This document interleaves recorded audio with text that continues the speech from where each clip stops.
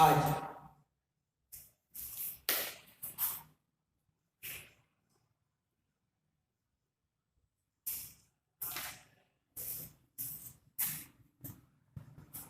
Dear students, आज प्रश्नावली 3.2 का चौथा प्रश्न करने जा रहे हैं। निम्न रैखिक समीकरणों के युग्मों में से कौन से युग्म संगत असंगत हैं? यदि संगत हैं तो ग्राफिक इससे हल कीजिए। यानी अब हमें ये देखना है कि जो दोनों ये समीकरण दी गई है ये आपकी संगत है या असंगत है। अगर संगत है तो इसके लिए इस समीकरण को ग्राफ पर दिखाना है, ग्राफ से हल करना है। एक बार जो मैंने इसके पहले वीडियो में बताया था उसको समझाना चाह रहा हूं। आपको बताया गया था कि अगर a1 upon a2 is not equal to b1 upon b2 हो, तब जो भी समीकरण के युग्म दिए हैं उसमें ये कहा जा सकता है कि उसका एक अद्वितीय हल होगा तथा ऐसे समीकरण युग्म संगत होते हैं। दूसरी स्थिति a1 upon a2 is equal to b1 upon b2 is not equal to c1 upon c2। ये स्थिति वो है जिसमें इसका कोई भी हल नहीं होता, अर्थात दोनों जो रेखाएं प्राप्त होती है ग्राफ पर वो दोनों समांतर होती हैं। तीसरा a1 अपॉन a2 और b1 upon b2 equal c1 upon c2। ये तीनों अगर बराबर होते हैं तो ये कहा जाता है कि दोनों रेखाएं आपकी समांतर होंगी। ये दोनों रेखाएं आपकी समपाती होंगी और इसमें अनेक हल प्राप्त होंगे। यानी प्रथम स्थिति में अद्वितीय हल प्राप्त होगा और संगत होगा। इस स्थिति में कोई भी हल प्राप्त नहीं होगा, असंगत होगा। इस रूप में अंततः अनेक हल प्राप्त होंगे, ये होगा संगत। यहां पर इस प्रश्न को समझें। इसको समीकरण 1 x plus y equal to 5, इसको समीकरण 2 2x plus 2y equal to 10।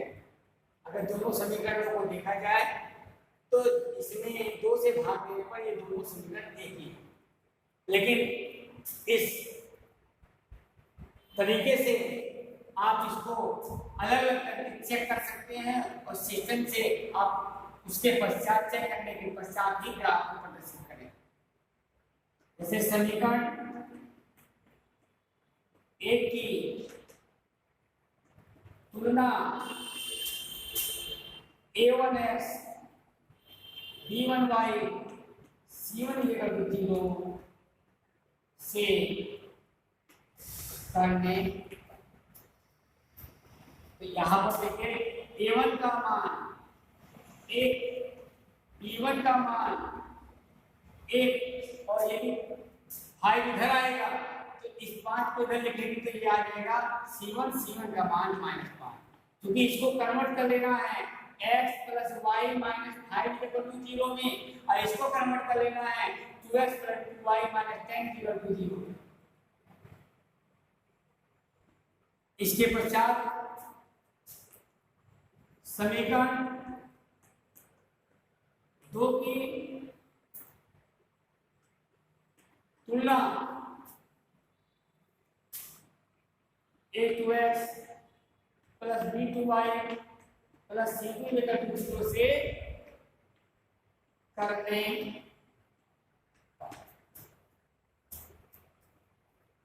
जब यहां पर करेंगे a2 का मान 2, b2 का मान 2 और c2 का मान जब इधर आएगा -10 तो c2 का मान आएगा -10। इस प्रकार से अब देखना यह है कि इसमें a1/a2 b1/b2 c1/c2 करने पर इसमें कौन सी स्थिति का मिलान होता है। जैसे a1/a2 अगर निकालेंगे तो ये 1/2 आएगा और b1/b2 का वैल्यू निकालेंगे तो ये भी आपका 1/2 आएगा और c1/c2 को निकालेंगे तो ये भी 1/2 आएगा। इसका मतलब है कि इसमें रेखाएं संपाती होंगी और इसके अनेक हल प्राप्त होंगे, यानी ये कंडीशन आपकी सही बनेगी।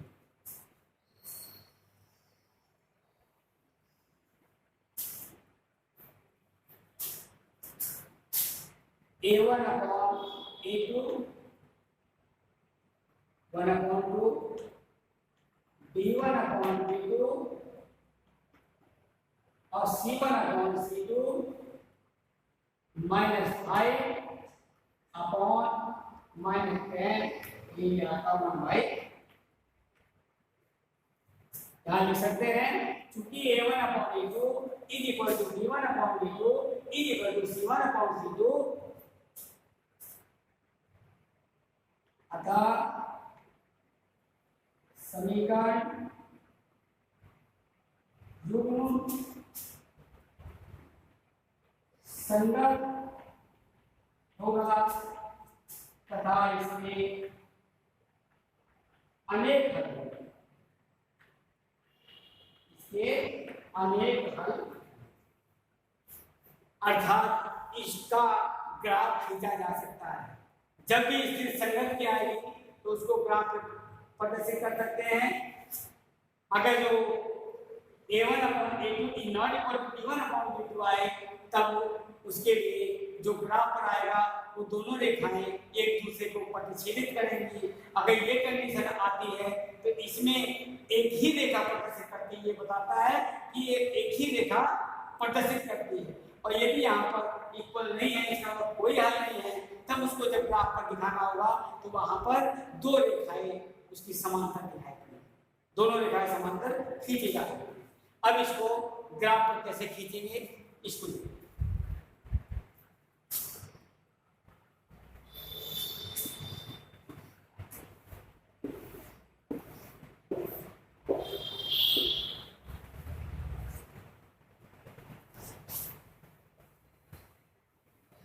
ग्राफ पर खींचने के लिए समीकरण दोनों एक ही है, तो एक समीकरण को ये दोनों एक ही है, इसको आप लेंगे x + y = 5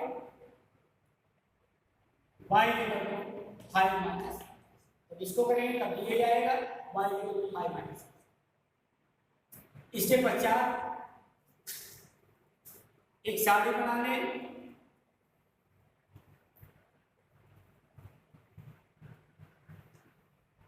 यहां पर x का मान या y का, x का मान रखते रहे, जैसे 1 रखा y का मान 4, 2 रखा y का मान 3, 3 रखा y का मान 2, 4 रखा y का मान। इस तरीके से अनेक बिंदु प्राप्त हो सकते हैं इस रेखा में। ग्राफ खींचने के लिए ग्राफ कॉपी या अपनी कॉपी पर इस तरीके से x डैश y डैश बनाएं, मूल बिंदु को लिख दें, ये निर्देशांक है 0 0। इसके पश्चात बराबर मान को यहाँ पर पॉइंट बना लें 1 2 3 4 5 6 1 2 3 4 5 1 2 3 4 5 6। इसी प्रकार पीछे 1 2 3 4 5 6।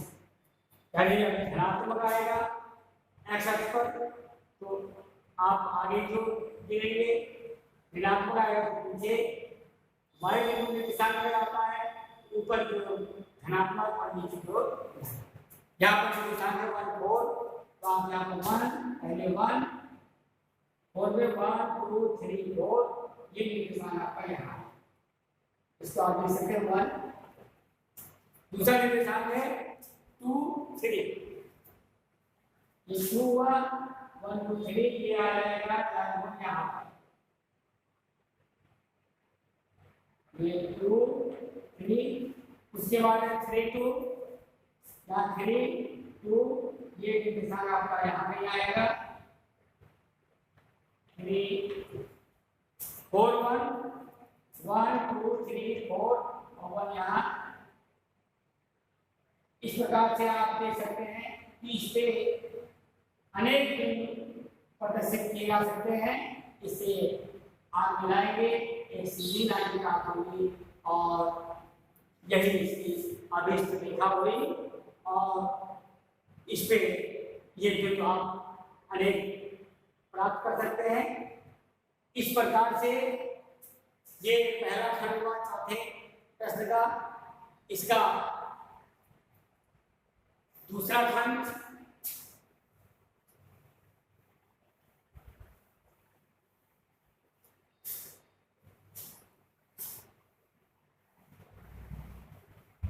इसी का दूसरा खंड है x minus y equal to 8 और 3x minus 3y equal to 16। ये भी इसी तरीके से तुलना करेंगे। a1 का मान 1, b1 का मान -1 और c1 का मान 8 इधर होगा, यह आ जाएगा माइनस। इसी प्रकार a2 का मान 3, b2 का मान -3 और c2 का मान इधर आ जाता है तो -3।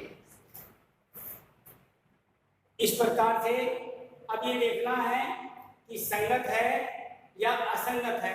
इसके लिए आप a1 अपॉन a2 निकालें, a1 upon a2 1/3, b1 upon b2 निकालें -1 अपॉन -3 1/3 और c1 अपॉन c2 निकालें -8 अपॉन -16, ये आएगा c1 upon c2 equal to 1/2।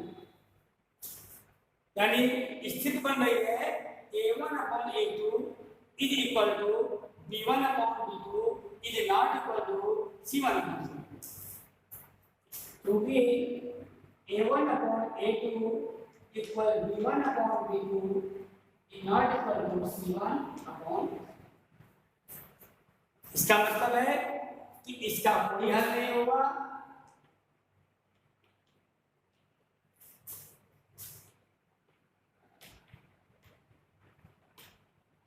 कोई हल नहीं होगा तथा समीकरण युग्म असंगत। इसमें दिया था यदि संगत है तो आप इससे हल कीजिए, अगर संगत नहीं तो उसको करने की जरूरत नहीं है। यही बात ये आपका कंप्लीट हुआ। इसके पश्चात प्रश्न नंबर 4 को जो शेष खंड है उसको स्वयं कर लेंगे। अब प्रश्न नंबर 5 पर आते हैं। प्रश्न नंबर 5, एक आयताकार बाग जिसकी लंबाई चौड़ाई से 4 मीटर अधिक है का अर्ध परिमाण 36 मीटर है, बाग की लंबाई जाती है। इसके लिए समीकरण बनाना होगा। पहले बाग की लंबाई माना बाग की लंबाई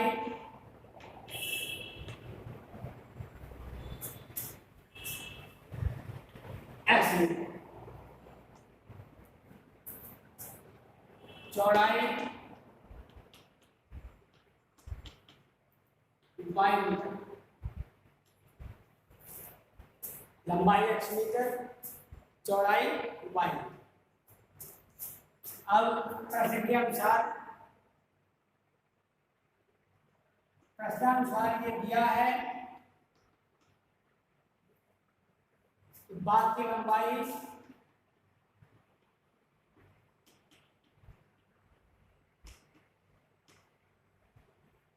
चौड़ाई से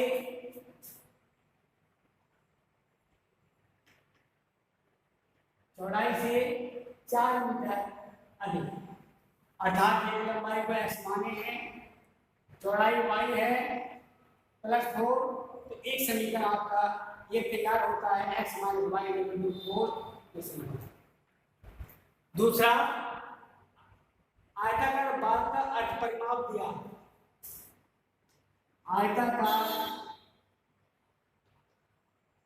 बाग का अर्ध परिमाप जो दिया है वो है 36 मीटर।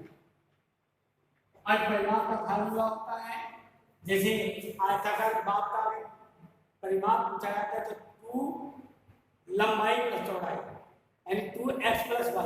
अगर आधा है आप लिख सकते हैं x + y = ये इक्वेशन। अब चाहिए क्योंकि यहाँ पर सीधे डिवाइड पूछा गया है तो आप 1 और 2 दोनों को जोड़ दें तो y कट जाएगा, x निकल जाएगा। 1 तथा 2 को जोड़ने पर y से y कटेगा 2x, और ये आपका हो गया x यानी कि लंबाई इसकी 20 मीटर आई और चौड़ाई। समीकरण 1 से y का मान होगा x - 4, x का मान 20 अर्थात 16। इस प्रकार से आयताकार बाग की लंबाई 20 मीटर और चौड़ाई 16 मीटर है। लंबाई 20 मीटर और चौड़ाई 16 मीटर, यही आंसर।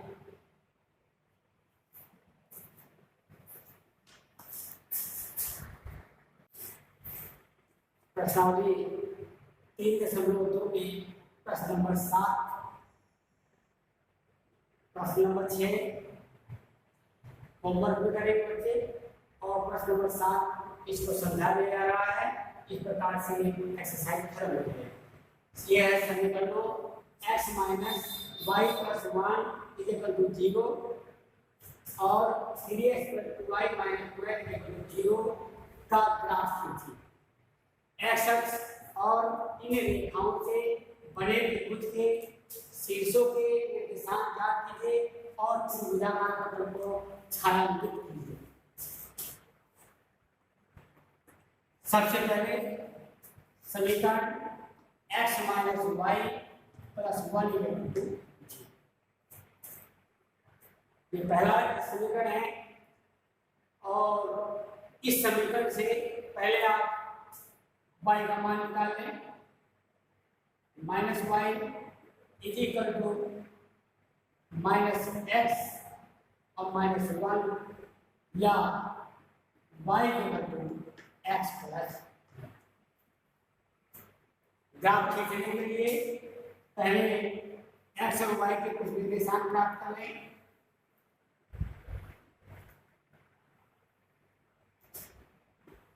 यहाँ पर एक्स ये वाई निर्देशांक, एक्स की वैल्यू पुट कर लें -1, अगर -1 पुट करते हैं तो वाई की वैल्यू 0 आती है। अगर यहाँ पर 0 रख लें तो 0 यदि आप रखेंगे तो ये वाई की वैल्यू 1 आएगी। 1 रखेंगे तो ये वैल्यू आ जाएगी। और अगर जो 2 रखेंगे तो ये वैल्यू आ जाएगी। इस प्रकार से ग्राफ पर ये निर्देशांक बन चुके हैं। -1 0 0 1 1 2 2 का इस निर्देशांक को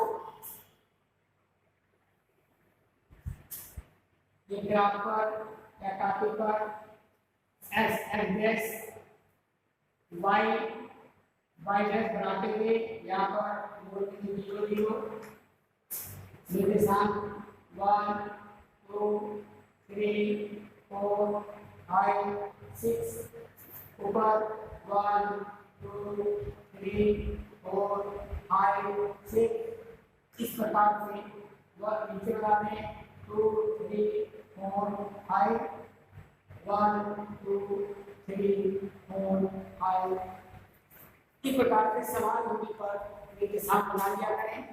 यहाँ लिख सकते हैं 1 2 3 4 इस तरीके से। यहाँ जो -1 -2 -3 -4 यानी x अक्ष की ये धनात्मक दिशा है, x अक्ष की नीचे ऋणात्मक दिशा है, y अक्ष की ऊपर धनात्मक दिशा है, y अक्ष की नीचे ऋणात्मक दिशा। इसके पश्चात इस लाइन को खींचने के लिए पहले आप -1 0 को देखें। -1 0 -1 यानी यहाँ पे आ गए, -1 0 यानी ये निर्देशांक आपका इसी पर आ गया। इसको नोट कर लें -1 दूसरा निर्देशांक 0 1 0 आपका यहीं पर है और 1 यहाँ पर आ गया, ये हो गया 0 1। इसके बाद 1 2 ये 1 है, ये 2 ये निर्देशांक आपका यहाँ बन गया, इसको मिला 1 2 3 2 और 3 आपका यहाँ पर आएगा, ये हो गया। इस प्रकार से ये लाइन जब आप बनाएंगे, ये लाइन इस टाइप से सीधी लाइन बन जाएगी।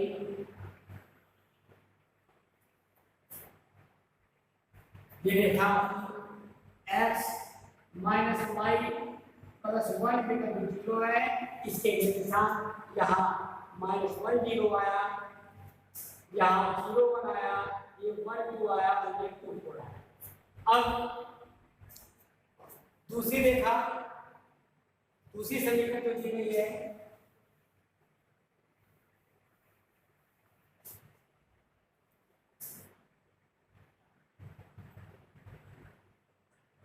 दूसरी समीकरण है 3x + 2y - 12 0। यहाँ से y का मान निकाल लें, 2y = 2, ये इधर -3x होगा, ये उधर जाएगा तो +12 आएगा, तो y = 2 आ गया -3x + 12। क्या इसको सीधा करके लिख लें 12 माइनस प्लस का ये लिखा हुआ है माइनस का अपॉन, यहां सामने बना लें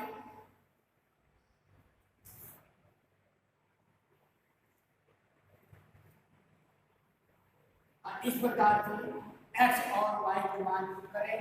x और y के मान के लिए अगर यहाँ पर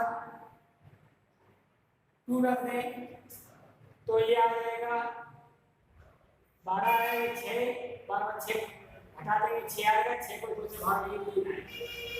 अगर 4 रखते हैं, 4 किया 12 तो 0 हो जाएगा। 6 रखते हैं, 6 के 18 और 12 में से 18 घट जाएंगे तो -6 -3।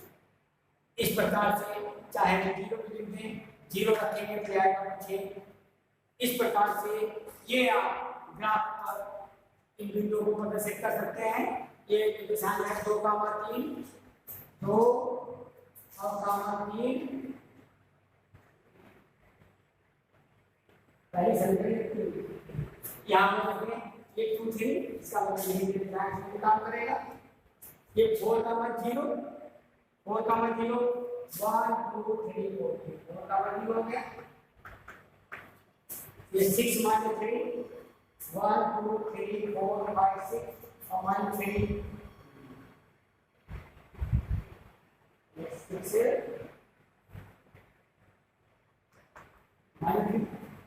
-0 6 0 हुआ, 0 के बाद 6 का 1 2 3 4 5 6। इस प्रकार से आप मिलाते हुए लाइन सीखेंगे। ये लाइन आपकी